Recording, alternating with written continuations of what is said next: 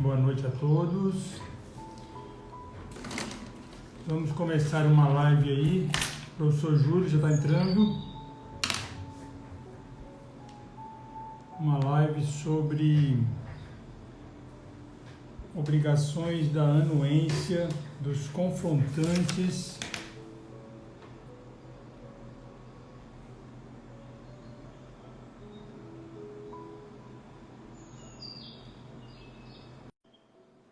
Então vamos lá.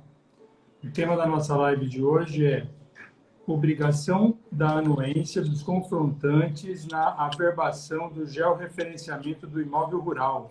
Olha o professor aí. Tudo bem, professor Júlio? Boa noite, Hildo. Tudo jóia? Tudo jóia. Prazer em conversar com o senhor aí, viu? Igualmente. Tá me ouvindo bem? Tudo bem, graças a Deus. Ah, que bom. Então, o nosso tema de hoje aí é sobre o agro de novo, né, professor? Mais uma vez, essa multidisciplinaridade que tem o agro, né? Sempre esse aspecto jurídico, o aspecto mais técnico na parte de engenharia. Trabalhar junto, mostrar para o pessoal que essa interdisciplinaridade é importante, principalmente no aspecto fundiário. Muito bem. Para quem está entrando agora aí, para quem já viu, a gente está fazendo uma série de lives aqui, né? Até explicando aí, porque hoje quem seria a mediadora aqui é a professora Roberta, só que ela teve um imprevisto aí, então ela me pediu para mim conversar com você no lugar dela. Mas, como eu estava dizendo, já foram feitas aí várias lives, né, nessa mesma sequência, né, professor? Já foi falado aqui sobre incompatibilidade entre a base de dados fundiárias e ambientais, lá no dia 6/10, depois no dia 20/10 falou sobre a Lei 10.267 de 2001 e o georreferenciamento dos imóveis rurais. Depois falou no dia 3/11 sobre georreferenciamento dos imóveis urbanos. E falou da queda da MP 910 de 2019.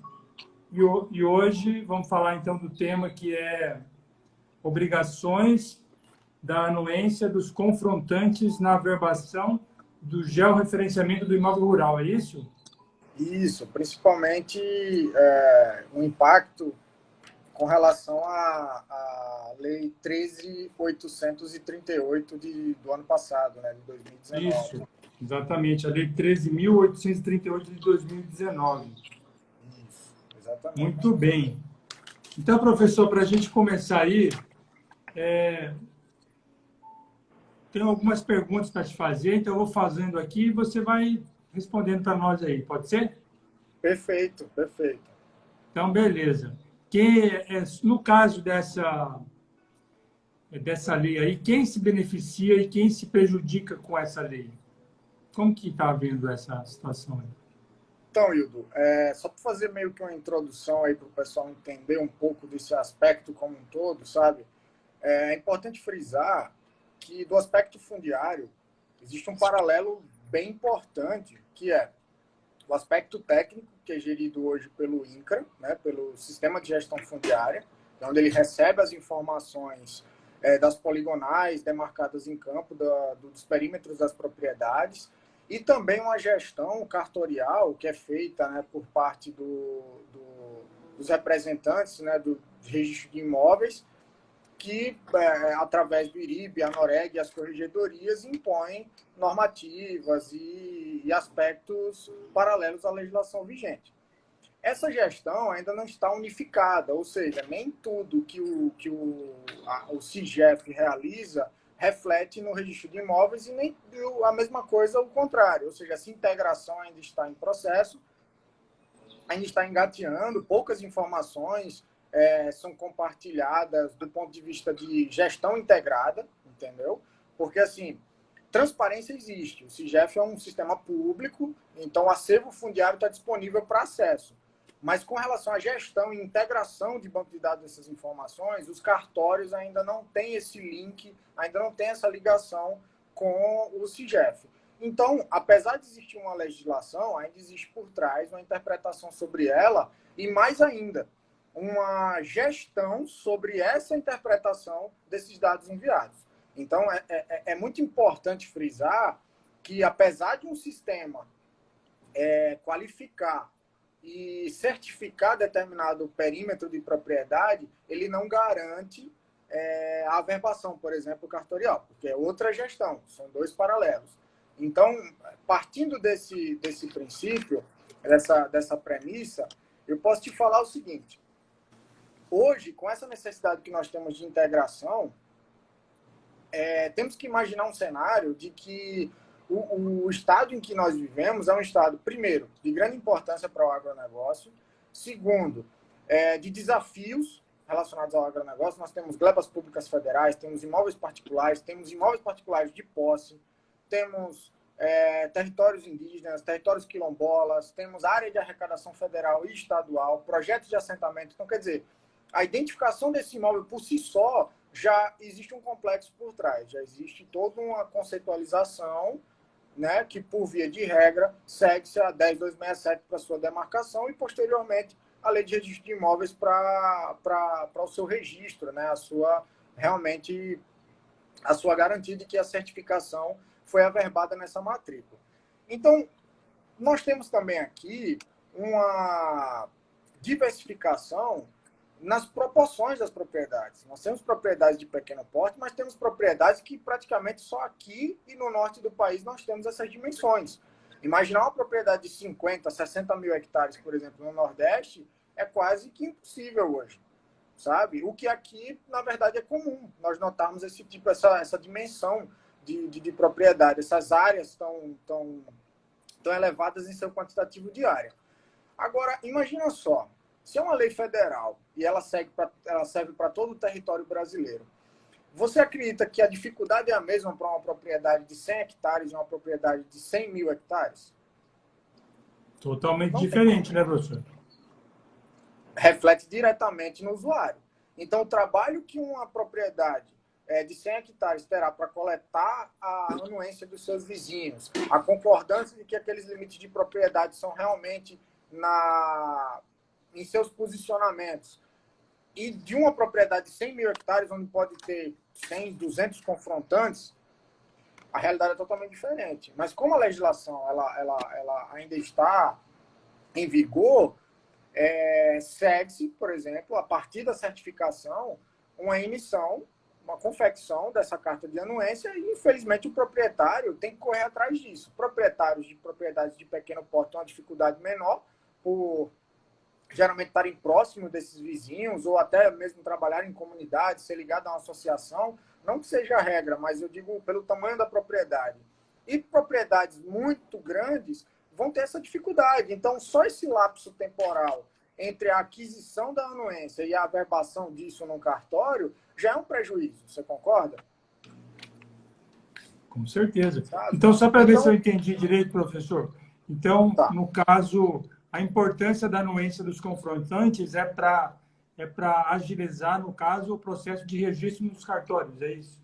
Isso. O cartório, ele como pré-requisito, ele solicita a certificação do imóvel, o que hoje a legislação a 10.267 de 2001, ela está no seu penúltimo estágio, né? Propriedades a partir de 100 hectares já são obrigadas a terem um referenciamento de imóvel rural e, posteriormente, a sua certificação, né? Isso exige uma contratação de um técnico, de um engenheiro que esteja capacitado e credenciado dentro do nosso sistema de gestão fundiária, para que, dentro da norma de referenciamento de imóvel rural, a propriedade seja adequada no seu polígono e, posteriormente, seja averbada no cartório. Só que o pré-requisito do cartório é que haja essa carta de anuência dos seus confrontantes.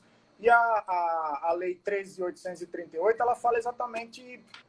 Ela deixa, na verdade, eu vou explicar posteriormente, ela deixa implícita a necessidade dessa carta de anuência dos seus confrontantes. Então, de início, percebe-se que a ideia da 13.838 é diminuir a burocracia. Certo? Ou seja, a obrigação do proprietário estaria diante da 10.267, que seria o referenciamento de imóvel rural e sua certificação, ele leva transfere isso para o cartório e recebe a averbação. certo? O que estaria averbado? O memorial e a planta desse imóvel georreferenciado. Entendi. Então, quais seriam os principais casos de impacto dessa nova lei aí, a 13.838, no seu entendimento? Então, eu penso da seguinte forma. A 3.838, em seu texto integral, ela deixa implícita essa necessidade de anuência. O que quem quer desburocratizar, a visão de quem quer desburocratizar essa averbação no cartório, entende que, devido à dificuldade que eu citei anteriormente, propriedades de médio e grande porte, entende-se que, com o memorial e a planta certificado pelo órgão responsável, né, pelo sistema de gestão fundiária, ele facilita, ele acelera e ele dá continuidade a essa gestão dos dados. Contudo, o cartório ele é autônomo em suas decisões, desde que sigam provimentos da corregedoria ou alguma norma vinculada à Noreg e o IRIB. Diante disso, a Lei de Registro de Imóveis, ela condiciona que no memorial do georreferenciamento desse imóvel tenha-se a anuência do proprietário confrontante. Então, aí fica aquele dilema. Eu sigo a 3.838, que deixa implícito a necessidade, ou eu sigo a norma da corregedoria, que me deixa como fator decisivo nessa averbação. Os cartórios, eles têm interpretações próprias. Então, o que eu tenho visto, o que eu tenho presenciado, é que os cartórios, mesmo com a 3.838, exigem essa averbação. Então, não é que eles estejam desrespeitando, é que eles estão respeitando normas, certo, da corregedoria. Então, até que fique claro que realmente a 3.838 ela desburocratiza essa solicitação da anuência, os cartórios eles tendem a apresentar essa exigência. Então, quer dizer, aquela discussão que nós começamos a conversa, ela continua, né? Então, quem que sai no prejuízo? Na verdade, a lei não reflete a realidade do imóvel. Esse é que é o grande dilema. Porque nós temos, na mesma propriedade, nós temos 3 cenários principais. Nós temos a propriedade descrita na matrícula, a propriedade certificada pelo sistema de gestão fundiária, e nós temos a propriedade física, que é aquela propriedade representada pela posse, representada pelo histórico que o proprietário utiliza a terra e garante, muitas vezes, a sua fonte de sobrevivência, a sua produção. Então, esse dilema, ele só acaba com essa necessidade de anuência das confrontações, se for claro na lei que, de fato, não exija essa carta de anuência dos seus confrontantes. Entendi. E no caso, vamos por aí, se não for conseguida essa anuência, existe solução para o litígio? Existe alguma solução nesse caso? Você não consegue. Então, a Luliane está enviando aqui o artigo 213, 2 da 6.015. É exatamente isso. A 13.838, ela surgiu exatamente para alterar esse artigo da 6.015. Mas é como eu falei antes, infelizmente o reflexo da legislação, ela não altera totalmente o entendimento da propriedade. Então, como eu falei, apesar de existir a 3.838, a 6.015 e a Lei de Registros Públicos, ela ainda pertence ao cartório essa determinação. Então, hoje, a grande gama de cartórios existentes, eles exigem essa averbação.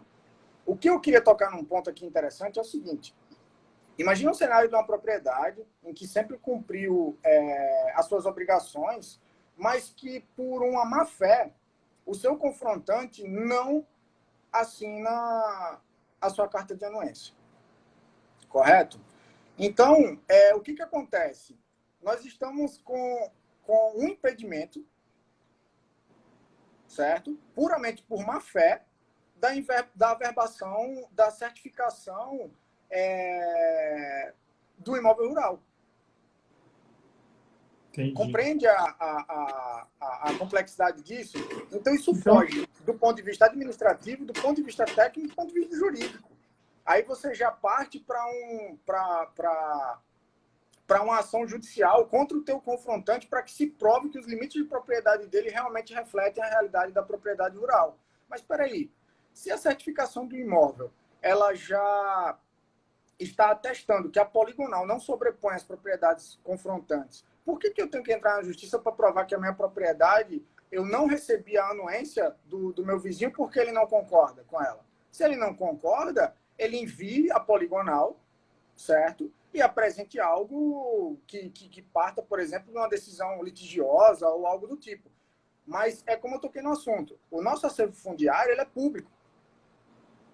Todo o território nacional, o acervo é público. Então, se ele, se através de uma contratação de um técnico que tem essas atribuições, ele apresentar um laudo no cartório, aí tudo bem, ele fez uma defesa administrativa. Mas não é o caso. Então, temos exemplos, e muitos exemplos, de casos de má-fé, de uma não assinatura de um confinante, apenas porque ele deseja não assinar. Então, isso é, mais uma vez, aspectos da nossa burocracia. Um impedimento de uma averbação de uma propriedade que deixa, muitas vezes, de ter itens financiáveis ou até mesmo de financiamento custeio de diversas produções agrícolas por conta de um proprietário que tem uma desavença com seu vizinho, o que não tem nada a ver, o que não reflete a realidade da sua propriedade, que é o que está em questão, que é o objeto daquela ação administrativa. No caso aí, professor, o cartório não teria uma culpa também nesse caso, porque ele exige uma coisa que a própria lei já, não, em tese, não estaria exigindo mais? É que nessa forma de pensar, nessa linha de pensamento, o cartório ele está amparado exatamente pelas normativas e pelas decisões da corregedoria. Então, como a corregedoria está acima do cartório, ele nada mais faz do que seguir a partir de algo que está implícito na 13.838. É como eu falei no começo, a 13.838 ela deixa implícito essa necessidade. Certo? Então, o cartório, através dos seus aspectos técnicos, ele exige que, além do memorial e da planta, exista uma carta de anuência de seus confrontantes. Ah, entendi. A Lu aqui colocou assim, ó, quando ela é de um cartório, né, pelo que eu entendi aqui. Quando o confrontante não assinava, dávamos a opção para o cliente de notificar. Isso é interessante. Agora, imagina só o seguinte. Nem todo proprietário, ele reside na propriedade. Concorda? Sim. Como que você vai notificar, por exemplo, em regiões tão distantes, como é o caso do nosso estado aqui, Mato Grosso, ou até mesmo no Pará, no Amazonas? De toda forma, a gente entra naquele aspecto do lapso temporal.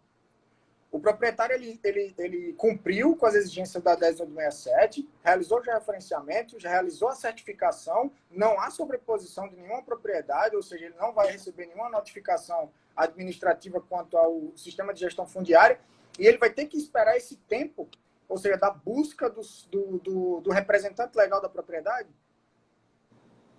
Pois é. Entendeu? Né? Então, esse lapso temporal está gerando um prejuízo a ele. Sim. Entendeu? Então, assim, notificar,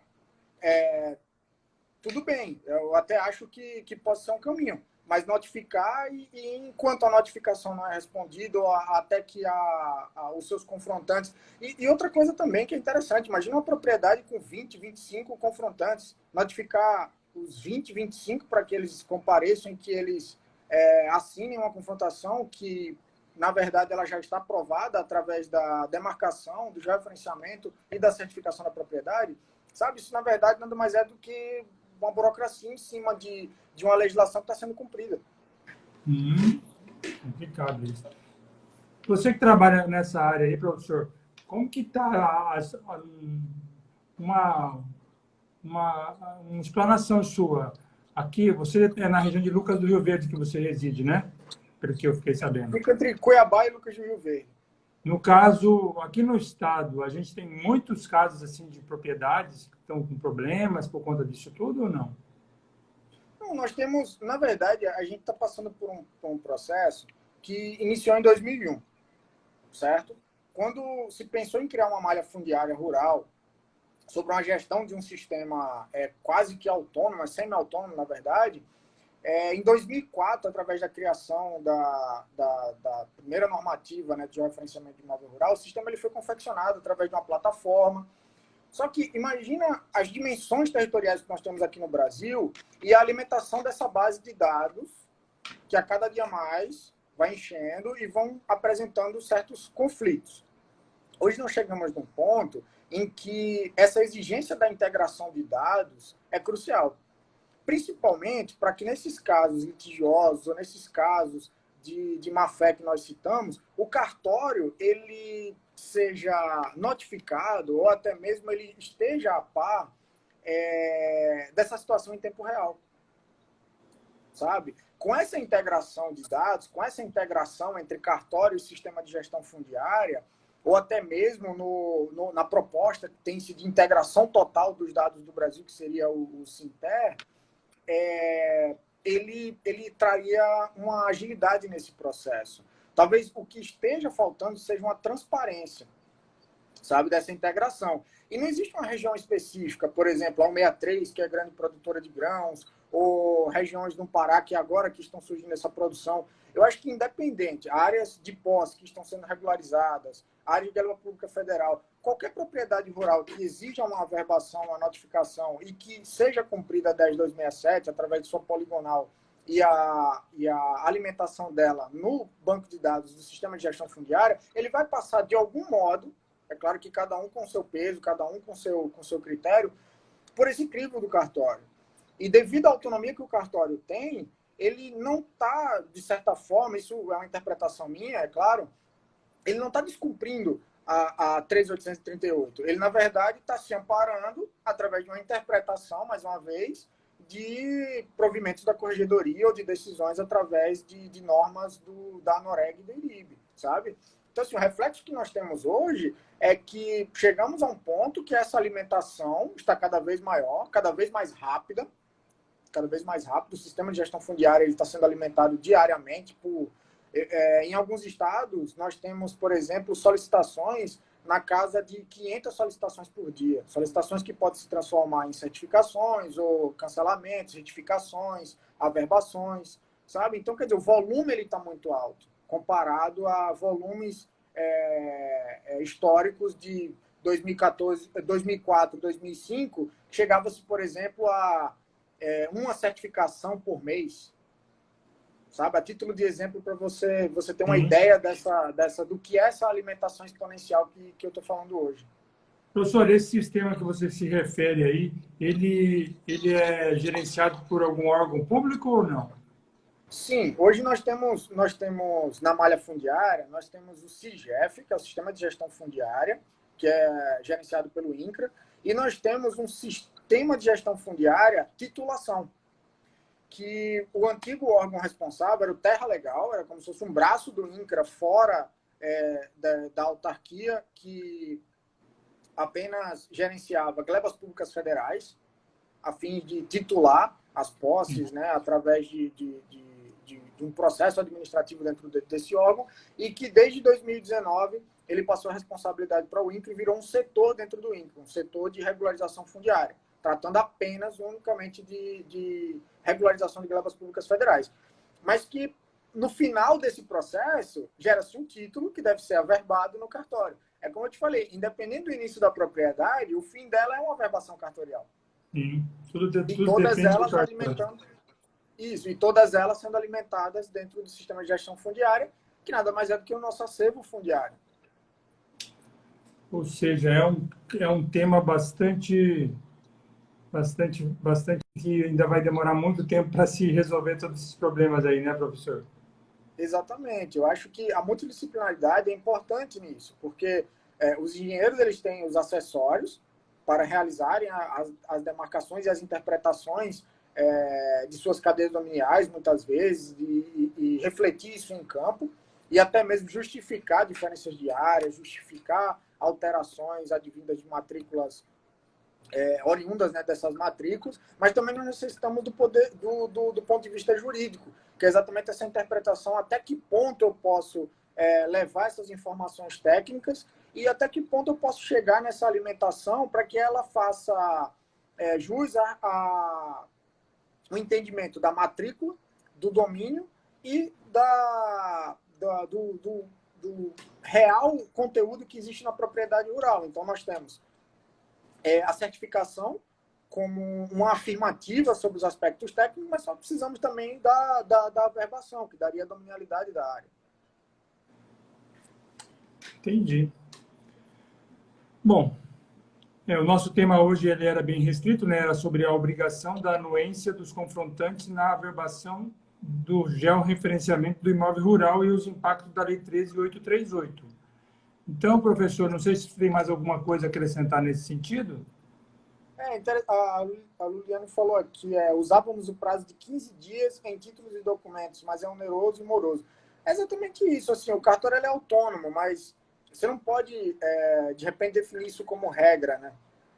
Sabe? A não ser que a corregedoria emitisse um parecer, emitisse uma decisão geral para todos os cartórios, o IRIB, a Noreg, não sei, e que isso virasse uma rotina. Mas é como eu falei, onde está o responsável pela propriedade? Muitas vezes ele está fora do país. E se torna esse lapso temporal, como ela falou, né, moroso. Então, não temos uma solução a curto prazo, a não ser o cartório interpretar, certo, a 3.838 a partir da 10.267 e assumir aquilo como verdade. O que do aspecto técnico não tem nenhum empecilho. Ou então criar uma nova orientação aí da corregedoria, não localiza, publica-se, né? Faz como se faz no judiciário, tenta localizar, não acha, tenta notificar, não consegue, aí faz por edital, né? Tem que dar uma solução, teria que dar uma solução para o problema, né? Eu acho que o encaminhamento da integração desses dados já é um bom caminho, Se o cartório tem 24 horas, a realidade, o ponto de vista que é o mesmo sistema de gestão fundiária tem, e a mesma coisa o contrário, o sistema de gestão fundiária acessa as informações cartoriais para fins de averbação, eu acho que já é um bom caminho para que se tenha essa integração e essa agilidade no processo, desde sua certificação até sua averbação, mesmo com esses conflitos e alguns litígios. Eu acho que já é um bom caminho. Interessante. Bom, eu queria dizer aqui para quem nos ouve também que no próximo ano a gente vai estar promovendo um treinamento com o professor Júlio, com a professora Roberta, com a professora Marli e o professor Paulo, sobre as tendências do agro, né? Também o professor Roberto Valer, lá da USP de São Paulo. Tendências do agro, energia renovável, tecnologias e normas. Então, a gente está fazendo essas lives aí para despertar o interesse das pessoas nesse tema tão relevante aí, que é tudo que envolve, especialmente o nosso estado aqui, que é notoriamente agro, né? Então, exatamente. Quem tiver interesse em conhecer um pouco mais desse projeto que a gente está elaborando, a gente vai estar publicando também esse vídeo nas nossas redes sociais, e aí a gente pode estar esclarecendo. Sempre é uma oportunidade a mais de estudar esses temas aí, e através do estudo é que se chega a uma solução mais rápida, né, professor? Isso, exatamente. Até falar para o pessoal, na live passada a Roberta até esclareceu isso. As nossas lives são mais curtas exatamente para realizar uma provocação sobre um tema, né? De repente despertar o interesse para que as discussões mais profundas, até exemplificadas graficamente, né? Tanto a parte teórica, de repente a parte prática, sentir realmente o ponto inicial e até onde podemos chegar com a legislação e as técnicas vigentes serão realizadas no curso, né? A ideia realmente é apresentar um esboço sobre todas as linhas possíveis de discussão no curso, do agro como um todo, né? Porque imagino que a Roberta vai tratar, por exemplo, até dessa parte de energia. Então, nós tratamos tanto do aspecto fundiário, aspecto ambiental e os investimentos no agro para esse retorno. Então, é um projeto multidisciplinar, né? Ele vai desde a regularização da propriedade até a produção da propriedade e como que essa propriedade pode se tornar responsável, né, por um ambiente mais adequado eu acredito que tem até alguns temas relacionados a esses selos, ESG, que é de responsabilidade socioambiental. Então, assim, é a propriedade como um todo, tendências do agro, como você falou agora há pouco. Então é isso. Professor, muito obrigado aí pela sua disposição novamente de participar e esclarecer essas controvérsias aí que são bastante importantes. E ficamos à disposição aí de vocês aí quando precisar de alguma coisa. Todo mundo que nos assistiu também aí, muito obrigado. Obrigado à nossa amiga que participou aqui, Luriane Milan, pelas colocações aí, né? Muito bom. E era isso. Agradeço aí a participação de todos. Eu que agradeço e obrigado mais uma vez pelo convite e obrigado para quem nos assistiu. Valeu, gente. Obrigado. Até mais. Boa noite, Esse vídeo também vai ficar gravado no YouTube e no nosso IGTV da Instagram. Até mais. Tchau. Até mais.